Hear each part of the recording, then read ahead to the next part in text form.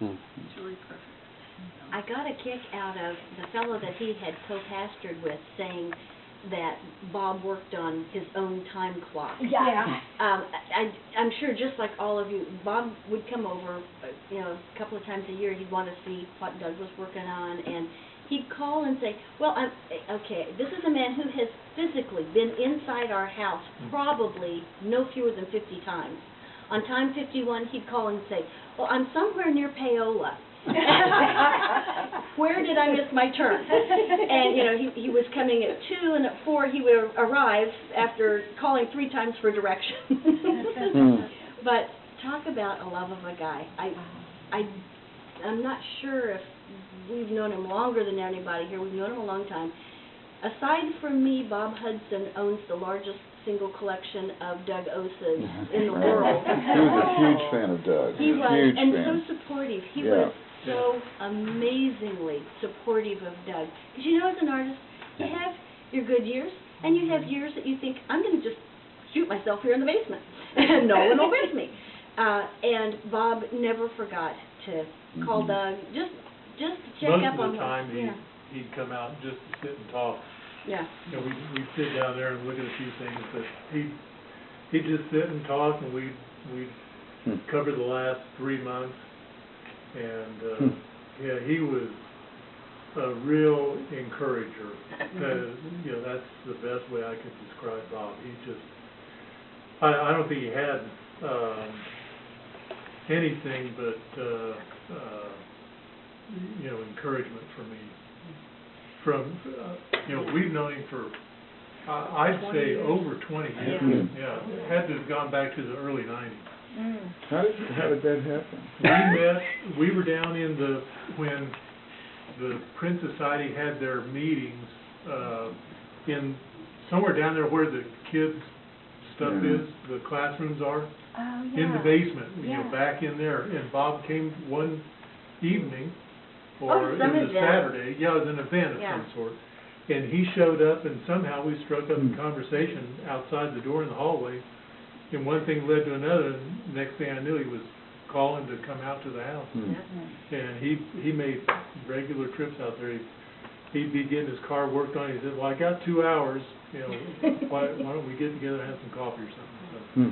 When our youngest son was home and had just crashed and burned, Bob showed up with 2 tickets to a baseball game. He said, why don't you find a buddy and go to the baseball game? He was the most generous soul.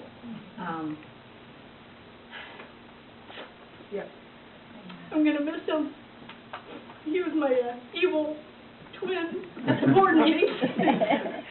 I agreed to be president only because he agreed he would be the vice president. If I promised that I would never quit being president so he wouldn't have to be. I reneged on that, and he forgave me.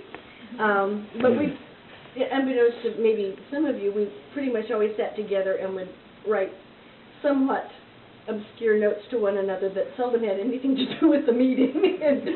And sometimes we would laugh in appropriate times. But he made the meetings tolerable. And Well, he made them tolerable for everybody. He always brought He always brought candy. Yeah, always. Yeah, whenever we'd have a meal, he and I both have an incurable sweet tooth and a guilt complex over it, so we always split a dessert. And I'm pretty sure he picked desserts based on what he thought I would eat. And he would just shove the plate, like his friend at the funeral said, he would just shove the plate over, he'd have a little bit, and then he'd shove it over, and say, here's another fork. There's a lot less guilt involved if you're eating half a dessert. Well, it's sharing. It's sharing the guilt. Lucy, do you know how Bob got started collecting prints? I mean, how did that all begin? He saw a print back in the 80s. He saw a print, I want to say there was a little gallery in Westport, or someplace around there. Oh, there was a gallery on Westport Road. Somewhere in there that he liked. The Morgans had a gallery. Well, Myron had a gallery. But it wasn't in Westport, it was on No, State Line. in one of the write-ups, they have I think it was in the article that you wrote, that you published, that you. Ruthie wrote about it, yeah. Wrote up and, Yeah. and put it it- had the name of the gallery that was in there, his first gallery. Yeah, and he just kind of fell in love. Bob was a very passionate guy and pretty much given to just go on a whim, and he saw a print, and he really connected with it. And he always said he never would buy something because it was a smart buy. He would buy a painting or a print because he fell in love with it. And he even returned a painting to Doug once because he said, you know, I thought I was in love with it, and I fell out of love. So Doug still actually literally owes him one more painting, but that's how he got started. He just saw a print that he fell in love with, and he realized there was an emotional connection with art. And he was not artistic, in a visual way. And it just really touched him in a place that he felt like it took him someplace beyond himself. Well, did he collect certain, I don't know what he collected. No. Was it certain topics or certain? No. No. He just had to fall in love with it. If it touched his soul somehow, that's what he would collect. He just bought what he liked.